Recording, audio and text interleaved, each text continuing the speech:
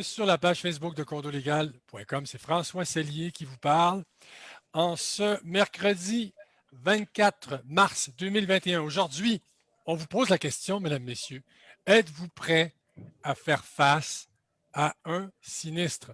Si demain, là, votre immeuble brûle, je ne vous le souhaite pas, jamais de la vie, mais si votre immeuble était incendié et que la perte était quasi totale ou si vous aviez à subir une perte sévère, seriez-vous prêt à gérer ça? Parce qu'évidemment, on peut se dire, il y a un sinistre, j'appelle mon assureur, il s'occupe de tout, mais attention, là, il y a beaucoup de nuances à apporter et vous allez voir, on va le comprendre avec nos invités aujourd'hui.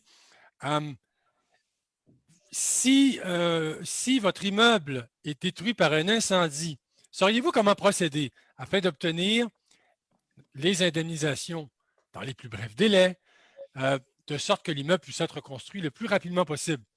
Il faut, comme je viens de le dire, il faut bien évidemment appeler son assureur, mais il y a plus que ça à faire. Et les administrateurs de copropriété auraient peut-être intérêt à suivre, non pas une formation en sinistre, mais à être proactif et à se préparer en vue d'un éventuel sinistre. Ce n'est pas la chose la plus drôle au monde, là, se préparer pour un sinistre, mais c'est vraiment essentiel parce que ça peut faire vraiment la différence lors d'un incendie ou d'un dégât d'eau, par exemple, entre je suis prise au dépourvu ou pas de panique, on s'assoit, on prend notre gaz égal, comme dirait quelqu'un à qui je pense que je ne nommerai pas, et on procède dans l'ordre, ça va bien se faire. Évidemment, il faut avoir un bon courtier en assurance de dommages. C'est préférable d'avoir un courtier en assurance de dommages pour faire le relais aux besoins en cas de problème entre l'assuré et l'assureur. Et évidemment, il faut y mettre du sien. C'est-à-dire que vous, en tant qu'administrateur ou même en tant que copropriétaire, vous avez, par exemple, un cours d'eau. Les administrateurs ont l'assurance du syndicat, mais vous avez votre assurance du copropriétaire.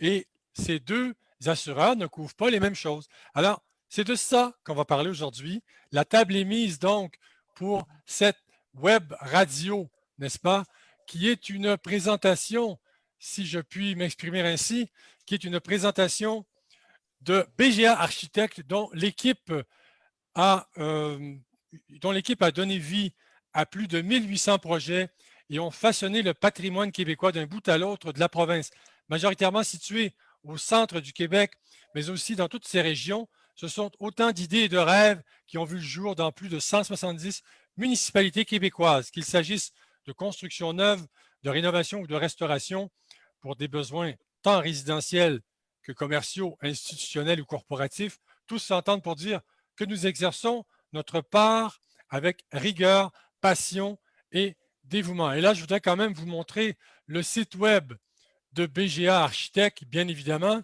Alors, je vous amène au bon endroit à l'instant pour que vous puissiez prendre l'adresse évidemment du site. Alors, BGA Architectes, vous voyez ici, donc bga.archi, tout simplement. Alors, ces gens font notamment ils ont développé notamment une expertise en enveloppe de bâtiment, donc pour une inspection d'enveloppe de bâtiment, par exemple. Donc, BGA Architectes, cette web radio donc, est une présentation de BGA Architectes. Je reviens à mes invités. Michel Barcelot, un expert en sinistre à la retraite qui a travaillé pendant des décennies, notamment dans le domaine de la copropriété. Alors, un expert en sinistre, c'est la personne qui se rend sur place pour voir, constater les dégâts, comprendre qui paie quoi et évaluer la perte là, en termes d'argent. Alors donc, Michel Barcelot, bonsoir. Bonsoir. Valérie Couture, gestionnaire de copropriété, fondatrice de Condo Stratégie, une habituée de la web radio. Bonsoir Valérie. Bonsoir François. Et également Vincent Gaudreau, un autre habitué. Bonsoir.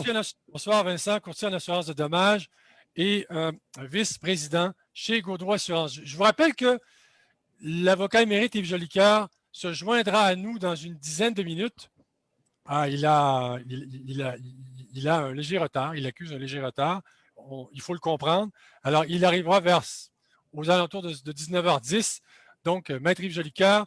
Et Je voudrais également préciser à nos auditeurs, comme je le fais toujours, que vous pouvez vous rendre sur condolégal.com, donc le site condolégal.com. Et comme on parle d'assurance aujourd'hui, eh bien, dans l'onglet Assurance, fiche pratique, je l'aurais dit chaque fois, mais je pense que c'est essentiel, vous avez des fiches pratiques qui représentent l'abécédaire de l'assurance en copropriété, assurance du syndicat, assurance des administrateurs, assurance des officiers d'assemblée, assurance du gestionnaire, fonds d'auto-assurance.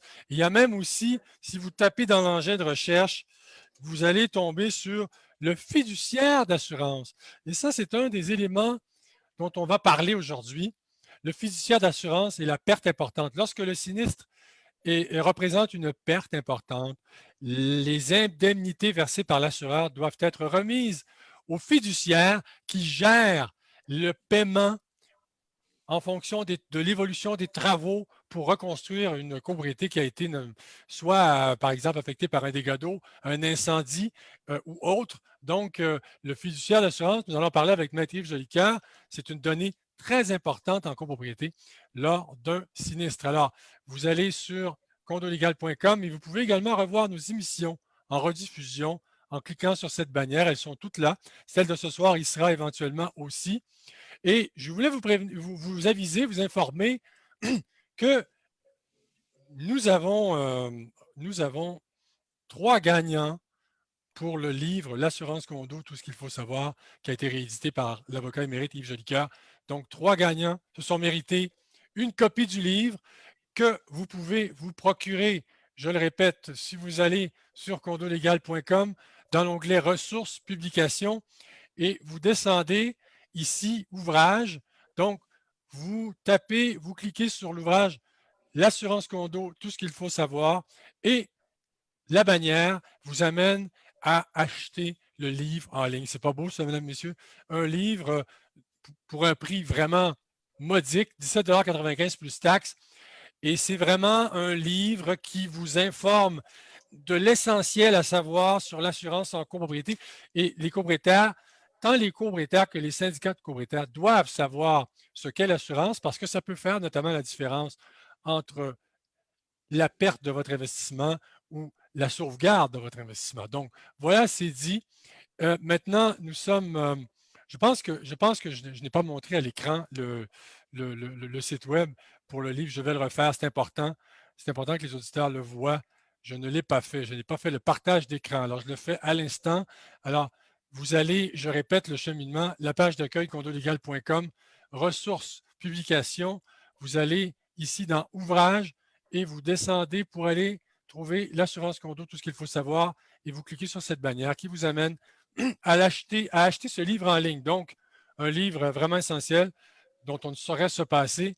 Voilà, là, c'est vrai, c'est dit. Je reviens à mes invités. Alors, première question, Vincent Gaudreault. Vincent, question de base élémentaire. Lorsqu'un sinistre se déclare dans une copropriété, donc Maître Jolicoeur arrive, on va le laisser arriver, donnez-moi quelques secondes. Voilà, Maître Jolicoeur est ici maintenant. Bonsoir, Maître Jolicoeur. Vous arrivez juste à temps. Alors, nous en étions à commencer à poser les questions. Donc, Maître Jolicoeur, bienvenue à cette web radio. Bonjour, Céline. Oui, bonsoir. Alors, voilà, donc Maître Jolicoeur qui s'est joint à nous. Donc, Vincent, lorsqu'un sinistre se déclenche en copropriété, est-ce qu'un syndicat, par l'entremise de ses administrateurs, devrait immédiatement sauter sur le téléphone et aviser son assureur ou est-ce que s'il accuse un retard de quelques jours, ça fait une différence? En fait, en vertu du Code civil, le syndicat est obligé d'aviser son assureur pour tout dommage qui peut mettre en cause la garantie.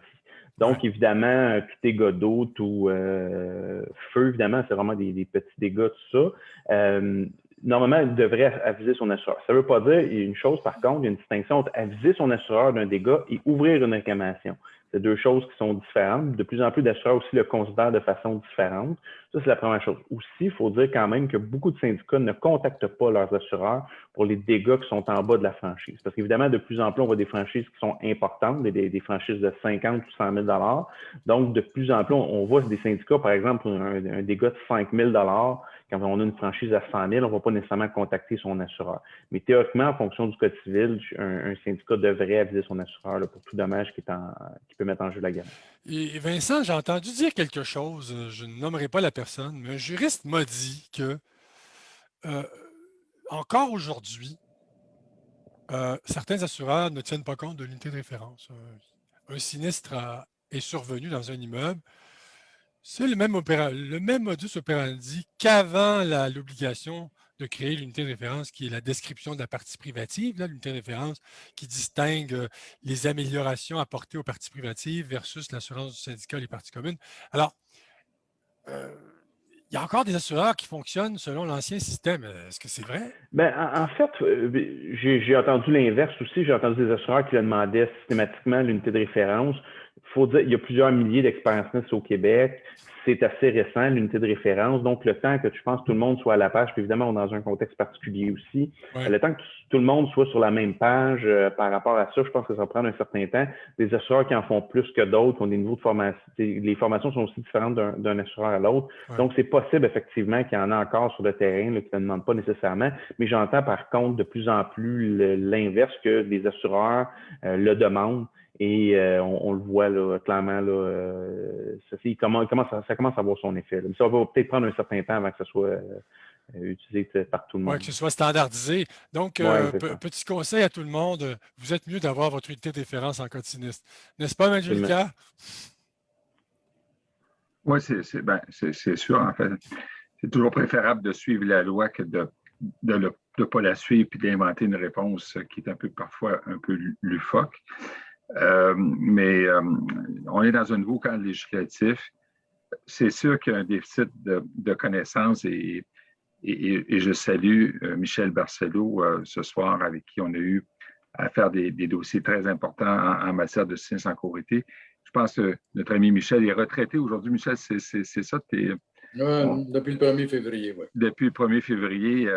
Malheureusement, fait plus partie de l'élite des experts en sinistre, membre de la Chambre d'assurance dommage, mais parce qu'on l'identifie ainsi à l'écran. Mais en fait, je demandais à ce que M. Berceau soit avec nous ce soir parce qu'on a eu à travailler des dossiers d'importance et souvent, pour en vivre, même encore actuellement, la qualité des intervenants, que ce soit le courtier d'assurance ou encore l'expert en sinistre au dossier, ça fait toute la différence entre un dossier bien réglé, avec diligence, et un dossier, comme on a vu récemment dans les médias, où il y a un déficit de savoir important chez les experts en sinistre. On évalue mal le sinistre, on accompagne mal les sinistrés, les membres des conseils d'administration.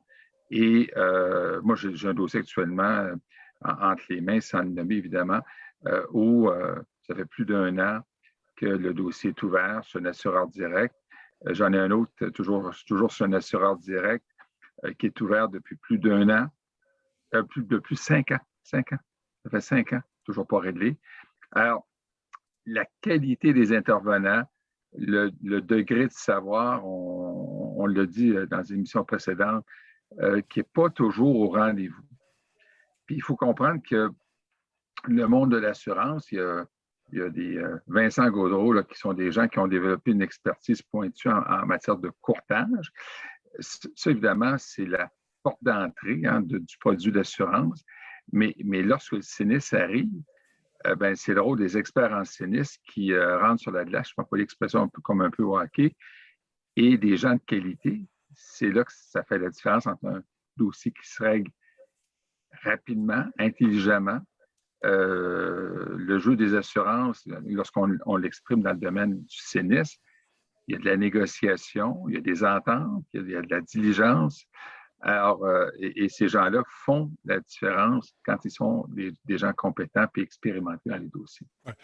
Michel Barcelo, vous me disiez avant que la web radio commence qu'il peut y avoir une grande différence entre un assureur qui transige avec un courtier en assurance de dommages et un assureur direct. Pourriez-vous préciser votre pensée? La simplicité, si on veut, de la situation est là, c'est que vous avez une personne ressource importante avec le courtier qui vous représente auprès d'un assureur. Il ne faut pas oublier que le rôle du courtier, c'est de vous trouver de l'assurance et d'être non partie prise pour l'assureur, mais le produit qu'il vend, il doit le supporter et il doit aider l'assuré qu'il a. Donc, s'il y a des possibilités de divergence ou quoi que ce soit, son rôle est de s'impliquer auprès de l'assureur et de faire comprendre la part des choses et où sont les responsabilités réciproques, soit de l'assuré ou de l'assureur. Et l'importance est là définitivement. Alors que chez l'assureur direct, on a parlé à une personne ressource au téléphone qui a établi le montant d'assurance. Avez-vous votre évaluation? Avez-vous déjà eu des dégâts d'eau? Combien ça fait d'années que vous êtes construit? Combien vous avez de balcons? Puis après avoir complété son petit rapport, bien, votre prime est de X $, puis merci, bonjour. Quand vous passez au feu, appelez-la pas. Si vous avez un dégât d'eau, appelez pas cette personne-là. Puis si jamais vous avez une divergence avec votre assureur, vous n'avez pas cette personne-là pour vous aider, c'est un employé de l'assureur. Fait qu'à ce moment-là, c'est ça qui fait la différence. Donc, c'est une partie complètement... C'est un arbitre, il est là pour juger les situations, pour favoriser le règlement de la situation et aider le client, l'assuré, à aller de l'avant, dans son sinistre. Et là, l'importance du rôle des courtiers. Malheureusement, avec toutes les acquisitions qui s'est faites au cours des dernières années, on a perdu pas mal d'assureurs qui font leur transit avec les courtiers. Puis au surplus, on a eu cette vague qui continue des assureurs qui achètent des bureaux de courtage et puis qui emprisonnent leur volume par l'entremise de ces gens-là. OK, donc finalement, il y a une concentration d'assureurs, donc ça en fait moins. Hein? Je veux dire, les assureurs sont moins nombreux, donc ça réduit les possibilités d'assurance en copropriété. Vincent Gaudreault, vous avez probablement maintes fois fait valoir votre titre de courtier en assurance de dommages grâce à vos interventions qui, sans vous, auraient peut-être viré patate, si on veut, là. Bien, c'est sûr que comme courtier, comme professionnel, tu essaies d'amener de la valeur ajoutée à ton client. Puis la valeur ajoutée qu'on amène, je pense, c'est l'expertise en amont, c'est-à-dire lors de la souscription du contrat. Puis évidemment, nous, quand il y a une réclamation, comme M. Barcelo l'a dit, on ne se sauve pas. Puis d'ailleurs aussi, ça change la donne aussi en amont, parce qu'en sachant que je vais être là s'il y a un problème, je vais m'organiser pour faire mon travail en amont comme il faut. Puis évidemment, une fois que la réclamation, bon, on est là pour aider le client, supporter le client, puis des fois agir comme tampon entre le client et l'assureur. Parce que des fois, c'est les clients qui sont dans le tort, des fois, c'est les assureurs. Nous, en ayant de l'expérience, ayant vu plusieurs situations, puis aussi, les clients nous font confiance. Souvent, on développe une relation avec eux. Bien, on peut discuter avec eux, puis amener des règlements, faire avancer des situations. Puis des fois, quand aussi on a des assureurs, bien, que les délais sortent de l'ordinaire, bien, quand on appelle chez les compagnies d'assurance comme courtier indépendant dans mon cas, quand j'appelle chez des assureurs, bien, chez la plupart des assureurs avec lesquels on transige, on a des millions en volume, ce n'est pas des dizaines de millions. Bien, généralement, quand on appelle, ils nous répondent. Fait que c'est sûr qu'on a un levier qui est peut-être différent. Quand vous êtes 500 $ sur 4 milliards de primes, bien, ça se peut que votre message, ça soit un peu plus long avant que vous ayez des réponses. Donc, c'est sûr qu'on essaie d'amener cette valeur ajoutée-là pour le consommateur. Valérie Couture, gestionnaire de copropriété, est-ce que dans les copropriétés que vous gérez, vous avez dû faire face à de gros sinistres, là? On parle de centaines de milliers de dollars, là. Oui, c'est arrivé? Tout à fait, absolument. Puis à plusieurs reprises, mais pas excessif par chance. Mais effectivement, ça arrive. Et dans ces cas-là, c'est là qu'on voit, comme Vincent vient de l'expliquer, puis Michel, c'est là qu'on voit les gens qui sont aguerris, qui ont des compétences et qui vont faire que ce sinistre-là va, malgré l'ampleur et de déstabilisation que ça vient ajouter dans la vie de nos copropriétaires, va amener que ça va se régler rapidement. Puis, régler rapidement est une chose, mais d'avoir le support en travers de ça, parce que vous comprenez que pour les copropriétaires et les administrateurs, c'est du jour au lendemain, on est en pleine gestion de crise. Dans des immeubles à étages, les ascenseurs peuvent être touchés, pas d'ascenseur qui fonctionne. On sait très bien que amener une réparation majeure à un ascenseur, c'est 8 à 10 semaines non opérationnelles. Je dis des choses comme ça qu'il faut que les gens, première chose, soient prises en charge correctement. Et on espère par des personnes qui ont des connaissances, parce que Maître Jolicoeur l'a bien dit, il y a du déficit de connaissances. Mais nous, comme clients, parce que moi, je suis habituée de représenter mes copropriétaires, nous, on n'est pas nécessairement assez exposés à de choisir un expert en sinistre, ça vient de l'assureur, etc. Donc, nous, on doit agir comme tampon entre l'assurance, les copropriétaires, l'expert, et après ça, bien, ça enclenche une grande quantité d'étapes qui va durer plusieurs mois. On espère toujours que ce ne soit pas long, mais vous savez que l'incendie ou le dégât d'eau arrive et 2 jours après, les gens nous demandent quand est-ce que je vais revenir chez moi. Effectivement. Et on a vu dans un reportage présentant la facture hier que les gens, ça leur a pris du temps à revenir chez eux. Donc, Valérie, est-ce que vous diriez, dans les propriétés que vous gérez encore là, est-ce que vous leur proposez un plan d'action pour l'avant et l'après-sinistre? C'est-à-dire, est-ce que vous les sensibilisez au fait que du jour au lendemain, ils peuvent se retrouver à la rue et vraiment être pris au dépourvu en termes de gestion de la chose? Tout à fait. On est en train de bâtir quelque chose de très ficelé chez Condo Stratégiste parce que, dans un premier temps, c'est que ce soit petit, moyen ou grande ampleur, il y a des sinistres en quantité assez importante. Et on se rend compte que nos clients sont malheureusement pas encore assez informés de comment ça doit se passer, qu'est-ce qui doit arriver, puis tout ça. Et c'est sûr que quand on a une gestion externe, on va prendre, comme gestionnaire externe, on va prendre beaucoup d'étapes en chemin. Mais si on parle à des gens qui nous écoutent sur la web radio, il y a beaucoup de gens qui sont en autonome et ces gens-là sont complètement démunis parce que c'est le seul téléphone qu'ils vont lever. Ils vont dire à l'assureur, ben, envoie-nous la cavalerie, qu'est-ce qu'on fait, quand est-ce qu'on intervient avec une compagnie d'après-sinistre, jusqu'où on va, comment je vais aller, etc. Donc, oui, on est en train de mettre en place un processus qui va même être ouvert à l'externe, qui ne sont pas clients chez nous, pour les amener à savoir qu'est-ce qui est à faire rapidement. Ouais. Puis, j'aimerais juste apporter un point sur ce qui a été dit. C'est tellement vrai qu'avec un courtier, nos clients ont un conseiller très, très, très connaissant dans son domaine parce que je trouve que trop souvent encore, c'est un gros enjeu, nos administrateurs sont concentrés sur le prix et quand ça ne va pas bien, bien là, ils disent bien, on n'a pas de support. Bien, des fois, c'est ça qui peut arriver. Donc, il faut vraiment faire attention quand on choisit maintenant une assurance, un prix, un courtier, une compagnie ou quoi que ce soit. Et surtout, s'assurer que la valeur de reconstruction est adéquate. Ça, on ne le dira jamais assez.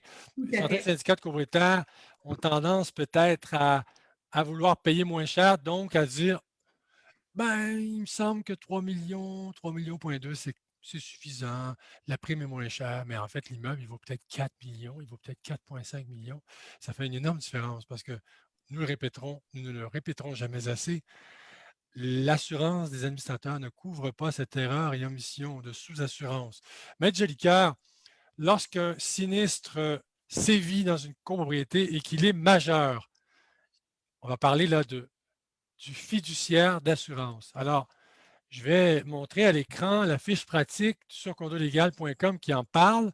Alors, vous voyez ici, alors je vous refais le cheminement, vous êtes sur la page d'accueil, vous tapez dans l'engin de recherche fiduciaire et vous allez tomber sur fiduciaire d'assurance et pertes importantes. Maître Jolicoeur, à partir de quel moment on peut considérer que le sinistre est suffisamment important pour que les indemnités de l'assureur soient versées aux fiduciaires?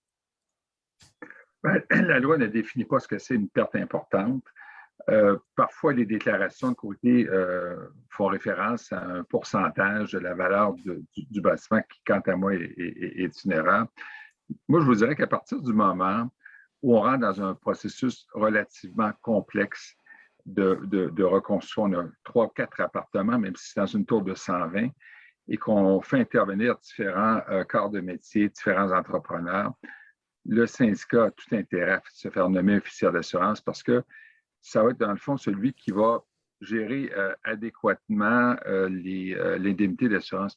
J'ai vu, moi, dans un dossier où un administrateur a décidé de jouer au fiduciaire d'assurance, puis il s'est payé à partir de l'indemnité d'assurance versée par l'assureur. C'est sûr qu'il a manqué d'argent pour reconstruire le bâtiment. Alors, c'est généralement prévu dans les garanties complémentaires de la police d'assurance du syndicat. Puis encore là, quand on va rencontrer son courtier, le courtier il va expliquer un peu qu'est-ce qu'il y a comme garantie complémentaire, puis il va s'apercevoir que le fiduciaire d'assurance, il peut effectivement, qu'il soit désigné par le syndicat, être indemnisé. Lorsqu'on a un bon assureur, là, je parle d'un bon assureur, c'est quelqu'un qui sait de quoi il parle.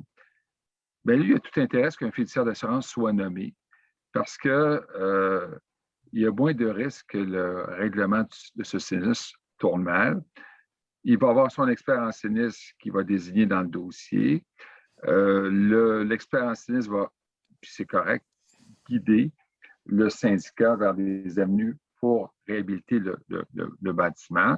Si, par contre, le syndicat souhaite avoir quelqu'un d'autre, bien, tout se négocie, mais en quelque part, une fois qu'on aura déterminé la portée du coût de réhabilitation, bien, l'argent va être versé au fiduciaire d'assurance, puis lui, ça va être le chien de garde de cet argent-là, qui va débourser les argents au fur et à mesure de l'avancement des travaux, en fonction, évidemment, des recommandations qu'un professionnel peut être. On a généralement dans les portes importantes des professionnels qui sont désignés pour assurer le contrôle de qualité de la réhabilitation.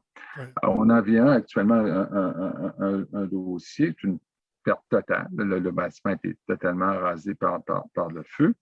On a un excellent expert en sinistre dans le dossier, quelqu'un qui a du vécu, avec qui moi j'ai eu à rétroagir, puis on est dans le même discours, on se comprend très facilement, on n'est pas dans une zone de conflit entre l'assureur. J'ai eu le même vécu avec M. Barcelou dans une part très importante sur le couronne nord de Montréal. Je pense que c'était M. Barcelou une des plus grosses pertes de tout l'Est du Canada en matière de copropriété. Quand les gens sont compétents, ben, c'est comme une équipe de hockey, c'est comme des musiciens. Là. Il y a un chef d'orchestre, puis tout ça va bien se jouer et ça facilite généralement le règlement efficace du dossier. Alors, le rôle du fiduciaire, évidemment, ça va être de recevoir ces instructions du conseil d'administration, qui reste quand même le pilote à bord, mais il va y avoir des personnes qui vont dire bon, on est rendu à tel degré d'avancement du chantier, on va débourser des sommes au fur et à mesure.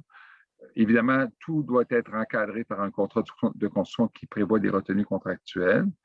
Et puis le fiduciaire, lui, va faire des retenues contractuelles de telle sorte que si en bout de piste, il y a un litige entre l'entrepreneur général et un sous-traitant, puis on parle des hypothèques légales de construction qui peuvent, dans le fond, être publiées sur le bâtiment en mode de reconstruction, bien, on va éviter ce type de risque-là pour arriver à la fin du processus avec une réhabilitation complète du bâtiment. Les sommes vont être déboursées, l'intérêt du syndicat va être bien desservi et c'est réellement le rôle d'un fiduciaire. Donc, ce que je dis à l'auditoire ce soir, quand on a des pertes qui sont significatives, là, ça vaut la peine d'avoir un fiduciaire d'assurance. Alors, je vous rappelle, mesdames, messieurs, que ce soir, la question qu'on pose, c'est êtes-vous prêt à faire face à un sinistre? Là? S'il y a un sinistre qui se déclare ce soir à 2 h du matin, c'est toujours à l'improviste, c'est toujours imprévu. Êtes-vous prêt à faire face à la musique? Nos invités nous en parlent et n'hésitez pas à poser des questions.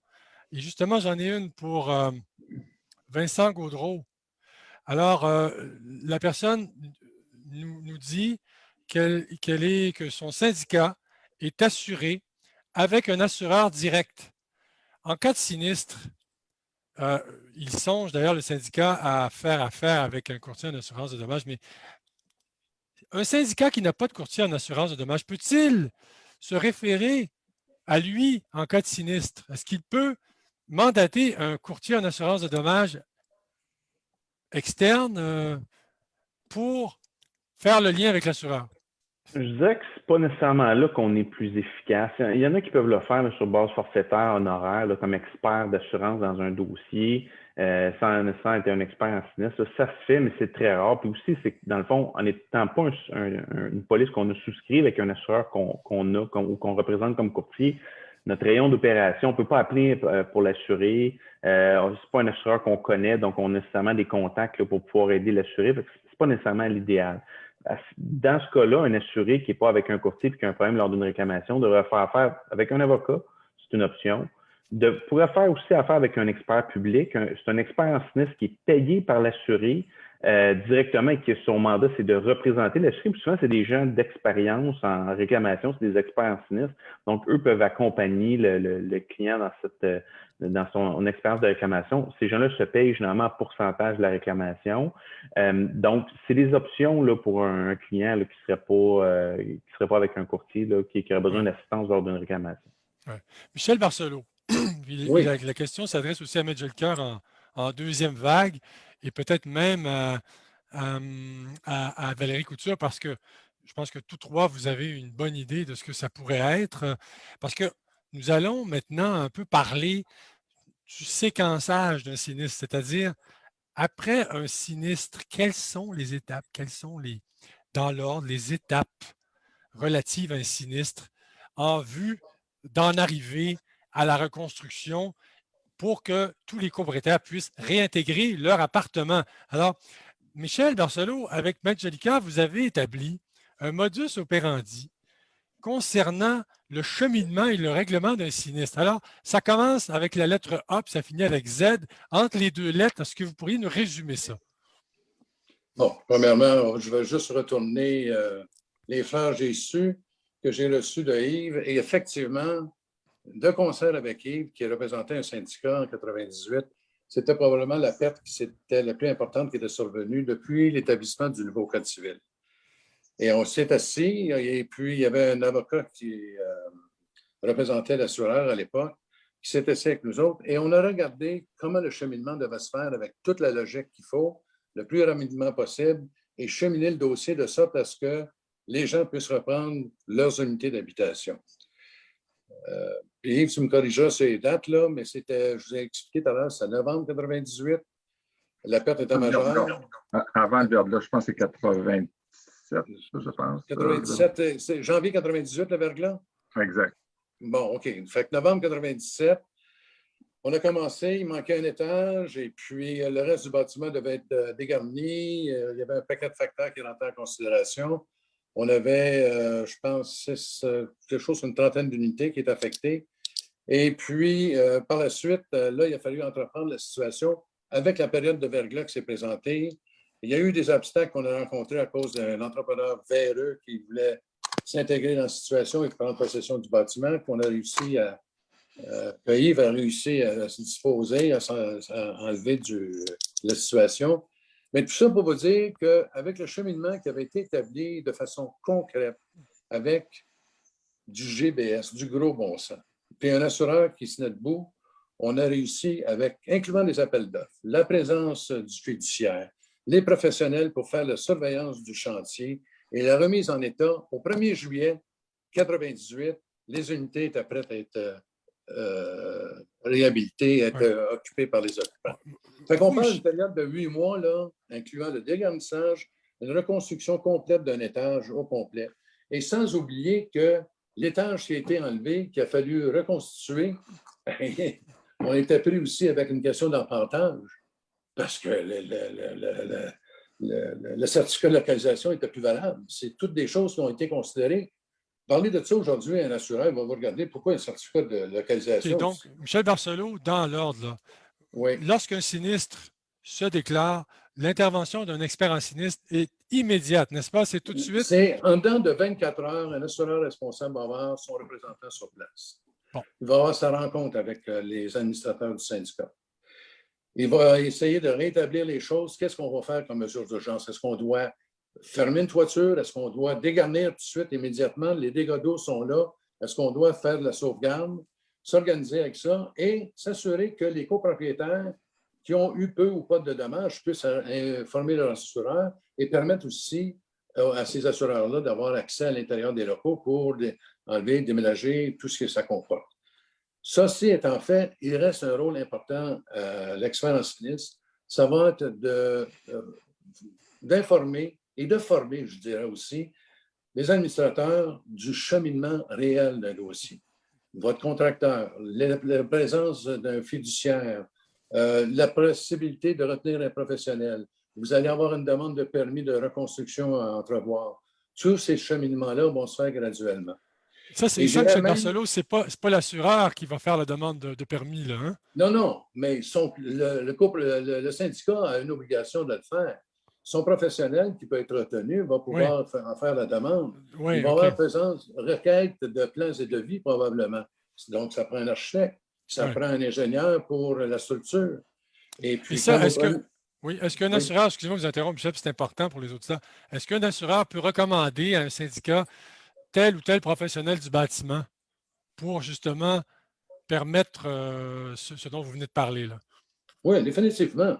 Oui, Mais il OK. faut que ce soit des personnes quand même qui soient reconnues dans Oui, l'industrie oui. et puis qui soient viables et valables pour faire ces travaux, pour entreprendre ces travaux-là. Mais il est important que le syndicat en soit conscient. Puis même par la suite, une rencontre formelle avec tous les copropriétaires pour qu'ils puissent comprendre exactement comment que le cheminement se fait et qu'est-ce qu'il y en a. Après ça, il va y avoir la question d'entrepreneur général. Et malheureusement, il y a des assureurs aujourd'hui, là, puis on ne les nommera pas, mais j'ai vu dans des pertes importantes, j'en ai vu une dans le centre, pas dans le centre-ville, à peu près du stade olympique, on parlait de 2 millions à peu près. L'assureur a envoyé son entrepreneur pour faire les travaux et ils ont payé l'entrepreneur général directement.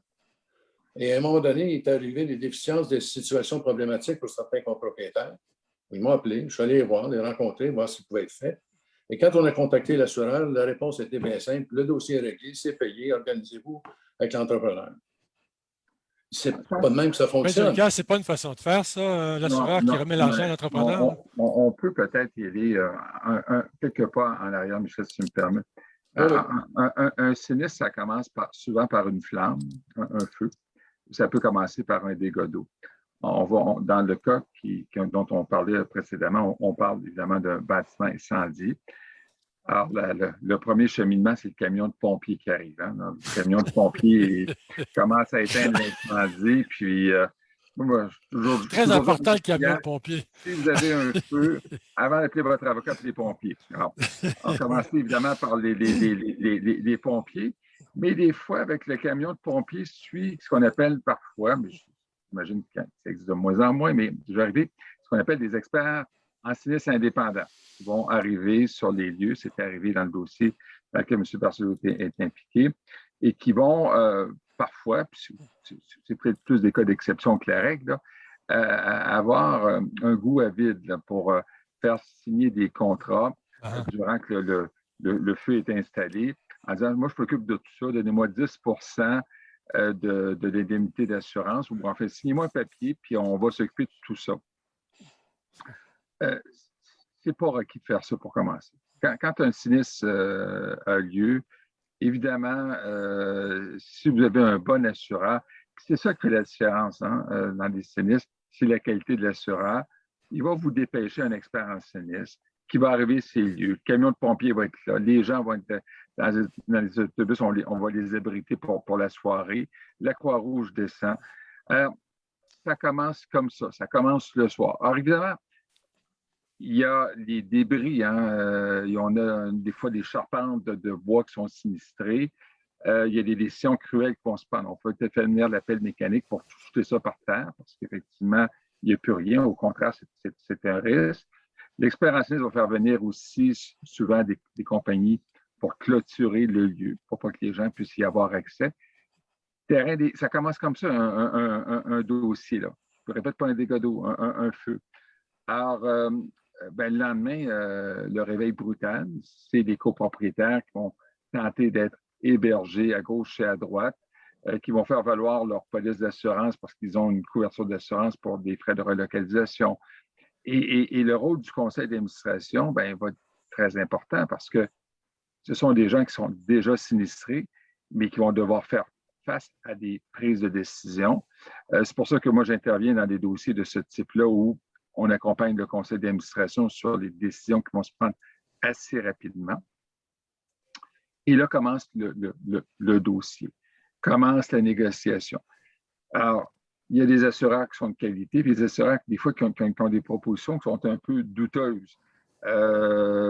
Écoutez, tel entrepreneur, il est recommandé par la compagnie, là, vous devriez le prendre, là, puis ça va bien se passer avec lui. Ben, soyez peut-être pas si emballés que ça, parce que il y a la proximité entre l'entrepreneur et la compagnie d'assurance peut être parfois agréable, mais dangereuse. C'est-à-dire que si l'assureur recommande toujours le même entrepreneur, mais puis cet entrepreneur-là va être un peu moins critique sur la qualité de la réfection du bâti. Ouais. Il faut être critique. C'est là que des équipes d'intervenants indépendants peuvent être utiles dans le dossier pour justement accompagner le conseil d'administration. Ce n'est pas le travail d'un bureau d'avocat. Il y a une société qui s'appelle Magellan ici à Montréal qui commence justement à développer cette expertise-là de terrain. Ils accompagnent les syndicats sinistrés parce que ma job d'avocat n'est pas sans limite. Mon rôle, c'est de donner le conseil, c'est d'aiguillonner les conseils d'administration vers les bons intervenants, mais ce n'est pas moi qui va donner un contrat de construction. Puis par la suite, il y a des décisions très importantes parce que le donneur d'ouvrage, normalement, la réhabilitation, ça doit être le syndicat, pas l'assureur. Moi, je ne comprends pas qu'un assureur donne des contrats en direct parce que la garantie légale de ce contrat-là, où est-elle? Alors là, évidemment, l'entrepreneur devrait être engagé par le syndicat. On devrait avoir des contrats types. Je ne parle pas de petits sinistres, je parle de sinistres majeurs. Donc, il y a tout un processus qui, s'il est correctement mis en place, va donner des résultats. Puis des fois, il y a des épreuves dans ces dossiers-là. Je vous rappelle, M. Berger, dans le dossier dont on fait référence, pour ne pas le nommer, on a eu le feu. Après ça, de mémoire, je pense qu'ils sont venus voler des fils de cuivre dans le bâtiment. Il y a 40 dans le bâtiment. Puis après ça, on a eu, c'était le deuxième sinistre. Puis le troisième sinistre, je pense, c'était le verglas, calotte de glace sur le bâtiment. Et puis ça, M. Barcelot, c'est lui qui a tout géré ça parce qu'il y a des conditions particulières dans les contrats. Ça, c'est couvert, ça, c'est pas couvert. Alors, l'expert en sinistre de la compagnie d'assurance, quand c'est quelqu'un de compétent, c'est un ami. C'est sûr que c'est un ami. Quand on a des gens qui, malheureusement, ne sont pas compétents, et ça, on l'a vu récemment dans des reportages médiatiques, ça peut être une catastrophe. Ouais. Parce que les administrateurs, immanquablement, cherchent à avoir confiance en quelqu'un. Puis là, quelqu'un, c'est souvent le représentant désigné par l'assureur. Alors, là-dessus, il faut être prudent. Il faut être prudent sur la qualité des intervenants. Ouais. Valérie Couture, une question qui vous est adressée. Chère dame qui posait la question, vous me direz si j'ai bien compris le sens de votre question. Alors, après avoir appelé les services d'urgence, les pompiers, la cavalerie, c'est un humour un peu plate, là, parce que quand il y a le feu, on ne rit pas, on n'a pas envie de rire. Mais bon, après avoir appelé les services d'urgence, on communique avec notre gestionnaire et la gestion du sinistre démarre. Si j'ai bien compris, la question, c'est les copropriétés qui ont un gestionnaire se disent OK, on a appelé les pompiers, maintenant, c'est entre les mains de notre gestionnaire, c'est lui qui prend ça en charge, on n'a rien à faire. Est-ce que c'est vrai ou c'est faux, Valérie Couture? C'est pas vrai en entier, mais c'est sûr que le gestionnaire va devenir la personne ressource qui va prendre en charge le sinistre avec le CA. Par contre, le gestionnaire n'a pas de pouvoir décisionnel, donc il doit vraiment être accompagné du conseil d'administration. C'est sûr qu'on va, comme gestionnaire, gérer tout ce qui est possiblement à gérer dans l'immédiat. Et après ça, on va tomber en mode où on va faire appel aux experts rapidement, le lendemain. Exemple, ça arrive dans la fin de semaine. Nous, chez Condo Stratégiste, dès qu'on est au courant de ça, on dépêche une équipe sur place pour prendre en charge les copropriétaires, etc., etc. Donc, mais c'est sûr qu'il faut mettre la machine en branle et rapidement. Parce que moi, j'ai un exemple d'un syndicat d'un bâtiment sur 10 qui a été incendié il y a plusieurs années. Et tout a été confié avec l'accord du conseil qui pensait bien faire, a confié les travaux à la compagnie qui était reliée avec l'assureur. Et on s'est rendu compte cette année de divers problèmes, certificat de localisation pas refait, problème de reconstruction avec des matériaux, d'ailleurs qu'on a mis Hubert Saint-Pierre sur le dossier. Donc, plusieurs problématiques, comme Maître Delicoeur le dit, qui sont revenues par la bande en arrière depuis longtemps, qu'un syndicat qui pensait bien faire a malheureusement récolte des problèmes après de plusieurs années. On ne parle pas de 2 ans, on parle de plusieurs années. Donc, oui, le syndicat doit prendre en charge, Si un gestionnaire, le gestionnaire va prendre en charge avec les administrateurs le dossier. Et s'il n'y a pas de gestionnaire, bien là, les administrateurs doivent se relever les manches et mettre la machine en branle. Alors, l'auditrice m'a apporté une précision que je tiens à transmettre à Valérie. En fait, elle voulait dire non.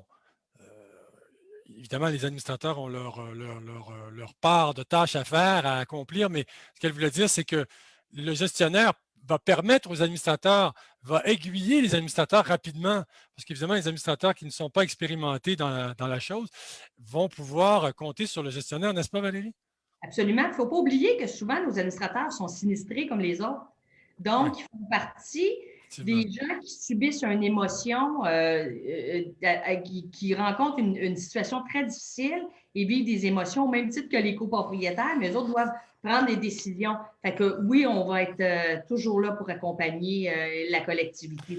Mais il doit y avoir, Valérie, des cas où les administrateurs se disent tributaires de vous à 100% et se disent, ben, écoutez, on vous a mandaté, vous êtes là pour tout faire pour nous. Ça doit arriver, ça aussi, Valérie? Non, pas vraiment, parce que nous, on est assez clair avec nos clients. Oui. On travaille d'équipe, mais malgré des situations, on va réagir en attendant le conseil parce que des fois, on doit s'adapter rapidement. Oui. Alors, Vincent Gaudreau, je répète la question parce que tout à l'heure, je vous l'ai posée, mais je pense que c'est important parce que certains auditeurs se sont joints à nous. Il y a encore une méconnaissance de la loi sur l'assurance en copropriété par certains assureurs qui ne se sont pas encore mis à la page. J'ai entendu dire que certains assureurs, ou en tout cas dans un cas en particulier, qu'après le sinistre, l'assureur n'a pas tenu compte de l'unité de référence, c'est-à-dire la description de la partie privative qui distingue les améliorations qui ont été apportées de l'unité de base. Et l'assureur a fait comme si de rien n'était, et il a géré le sinistre comme avant l'unité de référence. Qu'est-ce que vous en dites? Mais faut voir aussi quand est-ce que le sinistre a eu. Si l'unité de référence était faite a posteriori, après la réclamation, là, ça peut venir mélanger les choses. Là, parce qu'encore une fois, c'est assez récent comme réglementation. Fait que c'est sûr que je pense qu'il va y avoir un certain temps d'adaptation. Puis aussi, dans beaucoup de cas aussi, l'unité de référence, quand on a des unités qui étaient très standardisées, qui étaient toutes faites pareil, qui ont eu très peu d'améliorations qui sont assez récentes. L'unité de référence va venir confirmer des choses, mais des choses qui probablement l'assureur, au final, ça ne va pas changer tant de ce qu'on avait originalement en termes de définition de ce qui devait être couvert par l'assurance du syndicat de copropriété. Mais je pense aussi qu'il y a une chose, des fois, les clients me posent la question, je vais rajouter là-dessus, il y a des assureurs que je crois qui sont meilleurs que d'autres. Par contre, c'est sûr que n'importe quel assureur, comme je dis à mes clients, des fois, ils me disent, mais moi, avec un assureur qui règle bien ses réclamations, je peux venir avec un assureur que je sais qu'en règle générale règle bien ses réclamations, mais personne n'est à l'abri de tomber sur un expert en sinistre qui a une mauvaise journée la journée d'avant ou qui est débordé parce qu'il y a eu un événement météorologique et qu'il y a 200 dossiers qui s'ouvrent en même temps. Ça, c'est possible. Puis des fois, ce que je remarque dans certains dossiers, les gens sont patients. Des fois, les gens attendent des mois, 2 mois, 3 mois, 4 mois, 5 mois. Moi, ce que j'encourage les gens à faire, c'est dans un contexte, c'est communiquer avec les courtiers d'assurance. Des fois, les gens nous appellent et disent, là, Vincent, ça fait 4 mois, je n'ai pas une nouvelle assureur. Comment ça, 4 mois? Appelle-moi après un mois que tu n'as pas eu de réponse ou que tu ne reçois pas de réponse à tes courriels ou tes appels. Il faut que les gens soient quand même proactifs pour faire avancer les choses parce que des fois, puis je le vois souvent, l'assuré attend après l'assureur attend après l'assuré. Fait que les deux attendent un après. L'assuré pense qu'il attend après l'assureur attend des papiers ou certaines informations de la part de l'assuré, puis là, tout le monde se regarde, puis il n'y a rien qui bouge. Fait que, je pense que les gens, il faut qu'ils soient proactifs dans leur règlement. Ouais. Vincent, il y a un auditeur qui nous pose la question, est-ce qu'il faut attendre le sinistre pour savoir si nous sommes entre bonnes mains et si l'assureur est digne de ce nom? Je pense que on en conviendra tous. Je pense que les assureurs ont des devoirs déontologiques et ont des devoirs. Il n'y a pas de garantie. Il n'y a pas de garantie. Il n'y a aucun assureur. Il n'y a pas de garantie. Surtout, je peux vous dire qu'il y en a qui, par réputation, puis on le voit, là, qui ont ça va un peu mieux que d'autres là, au niveau du règlement de sinistre. Ouais. Ça peut être assez variable, mais effectivement, c'est lors de la réclamation que vous allez pouvoir voir. Là, puis aussi, vous pouvez avoir un assureur qui fait un excellent travail. Si vous avez un refoulement d'égouts en même temps que 400 autres unités dans votre rue, ben, le niveau de service ne sera peut-être pas le même. Fait que, des fois, il y a des facteurs qui sont hors du contrôle de l'assureur qui peuvent influencer sur son niveau de service qu'il va vous donner. Ouais. Oui, M. Leclerc, après ça, je vais parler à M. Barcelot. J'ai une question à lui poser. Moi, je pense que ce qu'il faut mettre en perspective, là, où on parle de déontologie chez les assureurs, je ne sais pas de quoi on parle là, actuellement quand on parle de déontologie des assureurs. Vous parlez d'un sens des responsabilités, en fait. Oui, parce que la déontologie, oui, il y en a chez les intermédiaires qui sont encadrés par la Chambre d'assurance dommages du Québec. Effectivement, il y a un code de déontologie. Non, je comprends. Il n'y a pas de déontologie associée aux assureurs. Non, il n'y a pas de déontologie. Par contre, il y a l'autorité des marchés financiers qui, pour une certaine partie, peuvent agir si effectivement le consommateur est lésé. La problématique, moi, je vous dirais là, que c'est qu'on a actuellement sur le terrain des intervenants qui n'ont pas le degré de compétence pour agir en copropriété. Puis ça c'est drôlement lourd de conséquences parce que, je me répète, les gens qui ne s'y connaissent pas, on sait que la majorité des syndicats sont en autogestion, se fient à ces intervenants-là. Et là-dessus, moi, je vois des médias, des choses qui sortent actuellement qui me font, en fond, me dire, bien, comment se fait-il qu'on peut, dans le fond, se fier à des intervenants d'assurance qui ne mettent pas les gens compétents à la bonne place? Et là, il y a une réflexion société. L'autre chose aussi qu'il faut peut-être réfléchir, c'est qu'il y a des assureurs qui se disent actuellement, certains, la copropriété, ce n'est pas payant. Ben, on va arrêter de les assurer. Alors, du jour au lendemain, on a des syndicats là, qui se font dire, on ne vous assure plus. Ben, à l'instant, là, moi, je pense qu'en termes de société, ça ne marche pas de même. On ne peut pas mettre de côté un assuré sans se penser les conséquences des décisions qui sont prises de même. Actuellement, on encourage le panier bleu. Là. On est dans le COVID là, au Québec. On se dit, ben, on va prendre des produits locaux. Ben là, quand les syndicats communautaires sont rejetés à la mer, on n'est plus dans le panier bleu. Là. On est dans le panier rouge. Le panier rouge de Londres, les Lloyds, avec des franchises d'assurance colossales, des primes d'assurance où les gens ne dorment plus la nuit. Est-ce que, comme société québécoise, est-ce qu'on veut encourager le panier rouge? Mais tout le monde est dans le rouge. Pas juste parce qu'on est en Angleterre, on est dans le rouge parce qu'on est dans le rouge financièrement, parce que nos condos ne se revendent plus. On a des syndicats actuellement qui n'ont plus d'assurance responsabilité civile. Ils sont dans les marchés secondaires de Londres avec des primes et des franchises hors du commun. Puis les gens qui siègent sur le conseil d'administration n'ont pas d'assurance. Qu'est-ce que l'État québécois va faire vis-à-vis des copropriétés orphelins d'assurance? Qu'est-ce qu'ils vont faire? Ça n'a aucun sens que le gouvernement du Québec laisse actuellement se détériorer le marché. Dans le domaine de l'assurance automobile, on a quand même créé pour les cas, lorsqu'un NPI a mis ça en place, pour les cas qu'on ne pouvait pas replacer sur le marché. Là, actuellement, on a un sérieux problème de syndicats qui se trouvent démunis d'assurance. Alors, M. Gaudreau et moi, on a fait quand même plusieurs dossiers cette année où on a réussi à amener les copropriétaires à mieux s'intéresser à leur bâtiment parce que tout le monde doit travailler dans le même sens. Hein.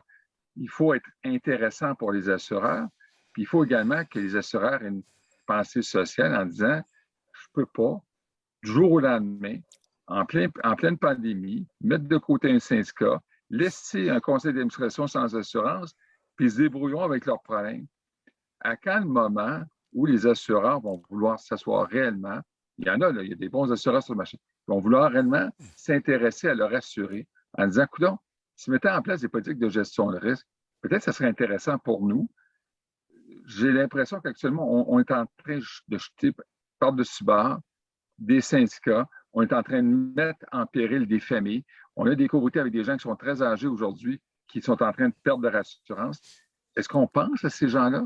Est-ce qu'on pense aux conséquences humaines d'un assureur qui est au Québec, qui dit du jour au lendemain, ça ne m'intéresse plus? Il n'y a pas de remise en question, ça? Michel Barcelot, justement, là-dessus, Michel Barcelot. Je vais juste rajouter un petit peu à ce que Yves a mentionné. On peut faire un bref historique des situations. Quand on parle d'assureur direct, là, sans courtisage, au Québec, ici, on faisait du résidentiel. Et ces assureurs-là ont décidé de faire un peu de commercial puis prendre la copropriété, qui est un élément commercial en assurance. Mais on a pris des gens qui étaient habitués à faire des dommages d'eau dans les sous-sols, des vols dans les maisons ou quoi que ce soit, puis essayer d'en faire des experts sur des pertes de copropriété importantes. L'évaluateur qui les accompagne, qui généralement vient de même boîte, de même assureur, avait l'expertise de maison, mais aucune expertise dans les bâtiments de syndicats de copropriété qui sont majeurs et qui sont d'origine commerciale, parce que ce n'est pas la même tarification des ouvriers qui travaillent sur des bâtisses de syndicats que ceux que vous avez à la maison. Et au surplus, ceux qui sont gestionnaires, ce qu'on appelle les reviseurs de ces gens-là, à l'interne chez les assureurs, n'ont pas plus d'expertise. Je regarde à Montréal ce qui se passe, là. On a peu d'assureurs, je peux prendre ma main droite que vous les nommez, là, qui font vraiment de la copropriété. Toronto, il y a 3 ans, il y a eu une inondation dans le centre-ville de Toronto et il y a eu 10 bâtiments de 15 étages et plus qui ont été inondés au sous-sol. Ça comprenait toute la mécanique de bâtiment, chambre électrique, ascenseur. Qu'est-ce qu'on fait? C'est le même assureur qui était sur ces 15 bâtiments-là. Dans la semaine qui a suivi, on a eu des équipes de travail qui ont travaillé dans les chambres électriques, pas pour les alimenter directement, pour trouver des génératrices pour faire fonctionner l'électricité du bâtiment. Donc, on a trouvé des groupes électrogènes pour ça à travers le Canada. Il en venait de Montréal, il en venait d'ailleurs, il en venait de London, puis on a fait venir des États-Unis. Les ascenseurs, parce que le monsieur qui reste au 15e, là, lui, n'est plus capable d'y aller. Alors, son assureur est pris pour lui payer des frais de subsistance parce qu'il est obligé de rester ailleurs, pas pour monter 15 étages avec sa commande. On a trouvé le moyen de faire venir des gens de chez Otis, de Montréal, de Vancouver, de New York, pour faire des travaux sur les cages d'ascenseurs et les mettre en opération. Ça a été fait en dedans de 2 semaines. 10 bâtiments. On parle des unités de 15 étages. L'assureur s'est organisé pour faire ça. Puis après ça, bien là, c'était le temps de faire les travaux dans les chambres électriques parce qu'il fallait trouver quand même les composantes pour les chambres électriques. Il n'y en pleut pas. Hein. Ouais. C'est fait spécifiquement pour chacun des bâtiments. Fait que l'assureur l'a fait, ça a coûté quelques millions dans les premières semaines. Mais ils ont sauvé énormément d'argent pour le reste des syndicats au niveau des copropriétaires, de tout ce qui en était, puis réhabiliter le bâtiment. C'est ça qui devrait être fait. Mais ici, malheureusement, quand on arrive avec des pertes majeures, bien là, tout le monde tourne en rond. La protection du bâtiment va-tu se faire? On va-tu protéger le toit actuellement? Qu'est-ce qu'on fait? On fait-tu l'assèchement? On fait-tu ci? On fait-tu ça? Ça, on parle de dégâts d'eau, c'est la même Moses d'affaires. Et puis là, bien, on se promène avec un évaluateur d'une étape à l'autre, puis tout ça. Puis après ça, bien, vous avez parlé du questionnement pour les améliorations des unités. C'est pas sorcier. De base, toutes les unités sont couvertes. Donc, le GIP, ça appartient à l'assureur du syndicat. Les armoires, en totalité ou en partie, c'est une amélioration de valeur d'armoire. On va appartenir à l'assureur du copropriétaire. Et les couvre-sols ou les améliorations qui ont été apportées, ça va se répartir entre les deux. Mais ce n'est pas difficile à faire. C'est simple. L'appartement témoin, il se fait facilement par un évaluateur de compétences qui va faire le tour du bâtiment puis il va l'établir avec précision. Michel Barcelot, en 1 minute, parce que c'est la fin, un sinistre devrait être réglé en combien de temps à partir du sinistre jusqu'au règlement final, jusqu'à la construction et la réintégration des copropriétaires dans leur unité? Avec Yves, on l'a vu, on l'a fait en dans 8 mois sur une bâtisse de, je ne sais pas, ça a coûté 3 millions à l'époque. Mais là, on parle d'une perte totale? Quand on dit 8 mois, c'est une perte totale ou une perte partielle? Il y avait un étage au complet qui manquait. Toutes les autres unités ont tous été dégarnies de leur électricité, plomberie et autres. Et il a fallu faire une toiture temporaire parce qu'on avait le verglas. Au 1er juillet, c'était fait. Le règlement ici, on a vécu, là, il parlait de la Couronne Nord, bien, on parle du Faubourg. Il y a eu 14 bâtiments de mémoire qui ont été Boisbriand, hein? C'est ça? Boisbriand, c'est ça. Et puis là-dedans, il y a 4 unités qui étaient complètement habitées, là, qui ont été totalement détruites. Le règlement s'est fait avec l'entrepreneur pour reprendre ces condos-là et les refaire. En dans 2 mois, il avait reçu l'indemnité chez le fiduciaire en totalité pour reconstruire. 2 mois.